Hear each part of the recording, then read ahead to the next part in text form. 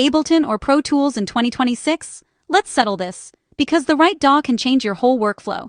If you're a music creator, producer, or engineer, this choice isn't about what's best, it's about what's best for. So here's your 2-minute cheat sheet. First up, Ableton Live 12. If you're into making beats, electronic music, or live performance, Ableton is your playground.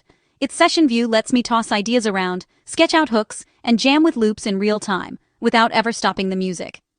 The new AI MIDI generators are unreal. I can cook up melodies or chord progressions with one click, then warp and twist them however I want. Live shows? No-brainer. Ableton is built for the stage. Plus, with over 70 gigs of sounds and effects in the suite, I've basically got a studio in my laptop. And the best part? I own my license outright.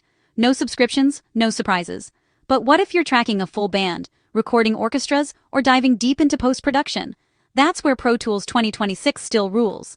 This is the DAW you'll find in every commercial studio, because when it comes to recording, editing, and mixing, nothing beats its precision.